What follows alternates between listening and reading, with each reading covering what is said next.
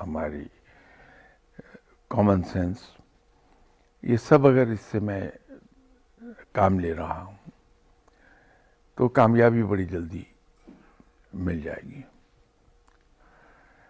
اب یہ محنت کرنے کا ایک قصہ ہم جب ابھی کلاس 6، 7 میں 8 میں پڑھتے تھے، اس وقت بھی یہ قصہ سنا کرتے تھے، اور آج بھی وہی قصہ سننے میں کئی بار مل جاتا ہے کہ ایک آفس میں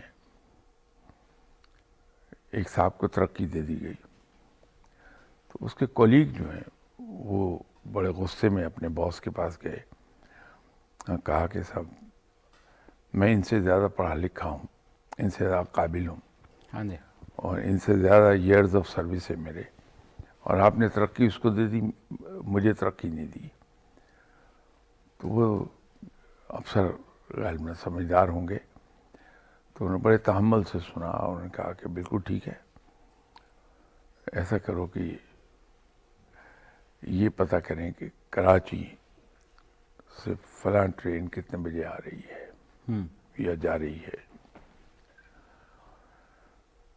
تو دوسرے صاحب کو بھی بلا کے انہوں نے کہا، جس کو ترقی دی گئی تھی یہی ٹاسک دیا، تو یہ جو کمپلینٹ کرنے والے صاحب تھے یہ تو فوراً آ گئے 2 منٹ میں کہ صاحب وہ ٹرین جو ہے وہ اتنے بجے روانہ ہوگی کراچی کے لیے۔ تو اب یہ خوش تھے کہ دوسرا صاحب تو ابھی نہیں آئے، میں نے جواب دے دیا، اب تو میں جیت گیا، ترقی میری ہوگی۔ تھوڑی دیر کے بعد دوسرے صاحب آئے اور انہوں نے کہا کہ سر وہ آپ نے ٹرین کا پتہ کیا تھا کہ کتنے بجے جا رہی ہے کراچی کے لیے؟ اس ٹرین کا جو رائٹ ٹائم ہے ڈپارچر کا وہ اتنے بج کے اتنے منٹ پر ہے، لیکن یہ ٹرین چونکہ پشاور سے آتی ہے تو اس کا ارائیول ایکسپیکٹڈ ہے آدھا گھنٹہ لیٹ، تو اس لیٹ کی وجہ سے یہ اتنے بج کے اتنے منٹ پہ پہنچے گی یہاں، اور اتنے بج کے اتنے منٹ پہ یہاں سے چل جائے گی، جی، اور کراچی میں اس کا ارائیول اگلے دن اتنے بجے ہوگا۔ تو اس باس نے وہ جو کمپلینٹ کرنے والے صاحب تھے ان سے کہا کہ دیکھیے یہ فرق ہے۔ بالکل ایسا ہے۔ یہ ہم بڑی دیر سے قصہ سنتے چلے آ رہے ہیں۔ اب یہ جو محنت کا انداز ہے، اس کے اندر اگر ہم اپنے اندر ایک پرفیکشن پیدا کر لیں، پرفیکشن تو انسان میں کبھی نہیں آتی، نیئر ٹو پرفیکٹ، لیکن نیئر پرفیکشن جی، ہم حاصل کر سکتے ہیں، تھورو ہو جائیں ہم، ہاں جی، جیسے ان صاحب نے بڑی تھورو جواب دیا، پوری ڈیٹیل دے دی۔ ہاں جی، تو جب ہم اپنے کام میں تھورو ہوتے ہیں محنت کے ساتھ ساتھ، تو اس کا پھل بہت زیادہ ملتا ہے۔ صرف محنت سے اکیلی آج کے زمانے میں اب کام نہیں بنتا۔ ہمارے ہاں ایک لفظ استعمال کیا جاتا ہے ملٹائی ٹاسکنگ کا، کہ یہ ملٹائی ٹاسکر ہے اور یہ مختلف جہتوں پر کام کر لیتا ہے۔ یہ بات دکھنے میں سننے میں تو پسند آتی ہے، لیکن یہ فرق ہم نے محسوس کیا کہ ایک شخص جو کہ صرف ایک کام کرتا ہے اور اسے بڑے اچھے طریقے سے نبھا لیتا ہے، دوسرا شخص بہت سارے کام کر لیتا ہے لیکن وہ تھوڑے تھوڑے اچھے کام کرتا ہے، یعنی وہ کسی بھی اس کام کو اسی طرح سے پایہ تکمیل تک نہیں پہنچا پاتا جس طرح سے وہ ایک شخص پہنچا پاتا ہے۔ تو کیا ملٹائی ٹاسکنگ ہونا ٹھیک ہے اور ایک شخص ملٹائی ٹاسکنگ ہو سکتا ہے، کر سکتا ہے؟ یہ ٹرم ملٹی ٹاسکنگ جی، اس شخص کے لیے استعمال کی جا سکتی ہے جو ایک وقت میں کئی کام نمٹانے کا اہل ہوتا ہے۔ کچھ لوگ ہوتے ہیں وہ ایک وقت میں صرف ایک کام آسانی سے کر سکتے ہیں، کچھ لوگ اس کے برعکس ایک وقت میں کئی کام کر لیتے ہیں۔ تو ملٹی ٹاسکنگ ایبلٹی جو ہے وہ ان کے لیے ہم استعمال کرتے ہیں۔ یہ جو آپ نے بات فرمائی ہے یہ ایک سرٹن لیول پر جا کر تو بالکل ٹھیک ہے، لیکن اس سرٹن لیول سے جب تک سپروائزری کیڈر میں نہیں جاتا بندہ جی اس وقت تک اسے اسپیشلائز کرنا چاہیے صحیح. تاکہ زیادہ سے زیادہ اس کا آؤٹ پٹ مل سکے. کیونکہ جب کوئی امپلائی ہم ہائر کرتے ہیں ادارے میں، ایسا نہیں کہ پہلے دن سے پروڈکٹیو ہو جاتا ہے. وہ جی ڈپینڈ کرتا ہے کہ اس بندے کی قابلیت اور اس کی ایکسپیرینس کیا ہے. 3 مہینے کے بعد جا کے کہیں پروڈکٹ ہوگا، پروڈکٹیو ہو جائے گا. کوئی 6 مہینے کے بعد ہوتا ہے، کوئی 1 سال کے بعد ہوتا ہے. تو جب وہ پروڈکٹیو ہو گیا اپنی ایک پرٹیکولر جو اس کی اسائنمنٹ ہے اس میں، جی پھر اس سے کام لیا جانا چاہیے. صحیح. ہاں، جب ہم سپروائزری کیڈر میں چلے جاتے ہیں جہاں ہمیں نگرانی کرنی ہے، جہاں لوگوں سے ہمیں کام لینا ہے، جی وہاں یہ ملٹیپل اسائنمنٹس جو ہیں وہ بہت پے کر جاتی ہیں. صحیح. جو برٹش سسٹم آف مینجمنٹ ہے جی اس کے اندر اسپیشلائزیشن کو ترجیح دی جاتی تھی. اب تو وہ بھی شفٹ کر گئے. جو امریکن وے آف مینجمنٹ ہے اس کے اندر یہ سلسلہ تھا ٹھیک ہے. کہ امریکنز جو ہیں، جو ہیڈ آف دی ڈپارٹمنٹ ہے، اس کو کبھی ایک ڈپارٹمنٹ ہی میں اسپیشلائز نہیں کرنے دیتے. وہ ری شفلنگ ان کی آپس میں کرتے رہتے ہیں کہ اگر ایک مارکیٹنگ مینیجر ہے تو اس نے سال بھر مارکیٹنگ ڈپارٹمنٹ کو ہیڈ کیا، اس کے بعد اس کو انہوں نے فائننس کا ہیڈ لگا دیا، پھر اس کو پروڈکشن کا ہیڈ لگا دیا، پھر ایچ آر کا لگا دیا، ایڈمنسٹریشن پرسونل کا لگا دیا. اس کو وہ روٹیشن میں ڈالے رکھتے ہیں. اس کا ایک بہت بڑا بینیفٹ ہے کہ وہ نیچے سے کام کرتا وہ اٹھ کے اوپر آیا جی. ہے اور ہیڈ آف دی ڈپارٹمنٹ ہو گیا تو اپنے کام میں تو وہ پرفیکٹ ہوا ہوا ماہر ہے. ہے. لیکن دوسرے ڈپارٹمنٹس میں کیا ہو رہا ہے اس کو شاید اتنا زیادہ علم نہیں ہے. جی تو جب اس کو روٹیشن میں ہم مارکیٹنگ مینیجر کو اٹھا کے فائننس مینیجر کے طور پہ ڈالتے ہیں، 1 سال اس نے وہاں کام کیا، تو فائننس ڈپارٹمنٹ کی پریکٹیکل ڈیفیکلٹیز کیا ہیں، ان کی مجبوریاں کیا ہیں، لمیٹیشنز کیا ہیں، وہ اس کے علم میں آ جاتی ہیں. بالکل صحیح ہے. اس کے بعد وہ پروڈکشن میں گیا تو پروڈکشن کے لیے اسی طرح ہوتا ہے. تو نتیجہ یہ ہوتا ہے کہ جب وہ سائیکل مکمل کر کے واپس پروڈکٹ آتا ہے دوبارہ مارکیٹنگ ڈپارٹمنٹ میں، تو میٹنگز میں بیجا تنقید نہیں کرتا، ہاں جی بڑا انڈرسٹینڈنگ ہوتا ہے. جی پھر وہ سمجھتا ہے کہ یہ اگر کام نہیں ہو رہا تو ان کی مجبوری یہ ہوگی. تو یہ بہت اس میں کوآرڈینیشن اور ہارمنی بڑھ جاتی ہے. جی تو کوآرڈینیشن اور ہارمنی کے زیادہ ہو جانے سے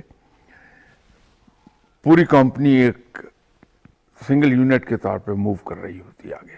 بے شک. اس کا یہ بینیفٹ ہے. لیکن برٹش سسٹم میں اب سے کچھ عرصہ پہلے تک اسپیشلائزیشن اسپیشلائزیشن تھی کہ جو مارکیٹنگ کا آدمی ہے وہ صرف مارکیٹنگ ڈپارٹمنٹ کو ہی ہیڈ کرے گا. صحیح. آپ نے برٹش اور امریکن بتائی ہے، پاکستانی مینجمنٹ کا کیا طریقہ کار ہے اور کس انداز سے جو ہے وہ اس میں ہم سروائیو کر سکتے ہیں، اس پر بات کریں گے، لیکن ایک بریک کے بعد ہمارے ساتھ رہیے گا.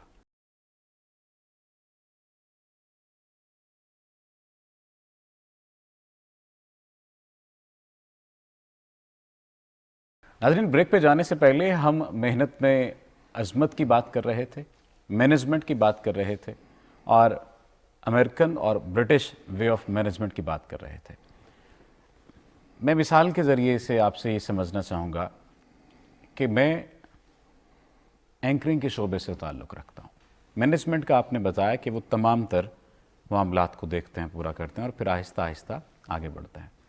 میں اگر اپنا کیس آپ کے سامنے رکھوں، میں اینکرنگ کے شعبے سے تعلق رکھتا ہوں اور میں اپنا کام یہ مجھے لگتا ہے کہ بخوبی اور بحسن طریقے سے سر انجام دے رہا ہوں. اب مجھے دیگر شعبوں کی طرف جانا ہے تو اس میں اسی انداز سے ترقی حاصل کرنے کے لیے کیا زیرو سے ہی کام شروع کرنا پڑے گا یا کیا ایسا طریقہ کار اختیار کیا جائے کہ مجھے بیسکس کا تو کم از کم علم ہو، کیونکہ یہ ایک مکمل ایک الگ شعبہ ہے؟ دیکھیے، جب ہم کسی امپلائی کو لیتے ہیں ادارے میں تو اس کا باقاعدہ ایک انڈکشن پروگرام بناتے ہیں. جی. وہ انڈکشن پروگرام یہ ہوتا ہے کہ لوئسٹ لیول سے اس کو انڈکٹ کر دیتے ہیں. ایسے ایک فیکٹری کی اگر ایگزامپل لیں گے، جو اس کا گیٹ آفس ہے وہ وہاں سے سٹارٹ کرتا ہے، تو وہاں 2 دن 3 دن لگاتا. صحیح. پھر ٹائم آفس میں 2-3 دن لگاتا. اس کے بعد وہ پھر اسٹور میں چلا جاتا، وہاں 1 ہفتہ لگاتا. اس طرح تمام جو ڈپارٹمنٹس ہیں ان سے ہوتا ہوا وہاں آتا ہے جس کے لیے اسے ہائر کیا گیا. پھر وہاں اس کی ہم ٹریننگ کرتے ہیں، اس کو سکھاتے ہیں کہ اس کا نتیجہ کیا نکلتا ہے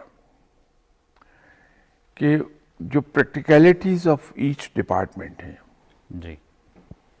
وہ اس کو سمجھ گیا ہوتا ہے، اور کمپنی کے اس ادارے کی نبض پر اس کا ہاتھ آتا ہے. جو مثال آپ نے دی ہے یہ کافی اوپر کی سینئر لیول کی ہے. صحیح.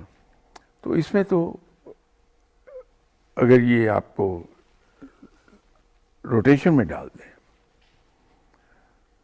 تو آپ کے لیے بہت کافی ہوگا. صحیح. اور اس پروفیشن میں بھی یہ چیز آپ کو بہت پے کرے گی جب آپ کو تھوڑا تھوڑا ہر ایک کا نالج ہے، تو آپ کی گرفت مختلف سبجیکٹس پر خاصی اسٹرانگ ہو جائے گی اس میں. صحیح.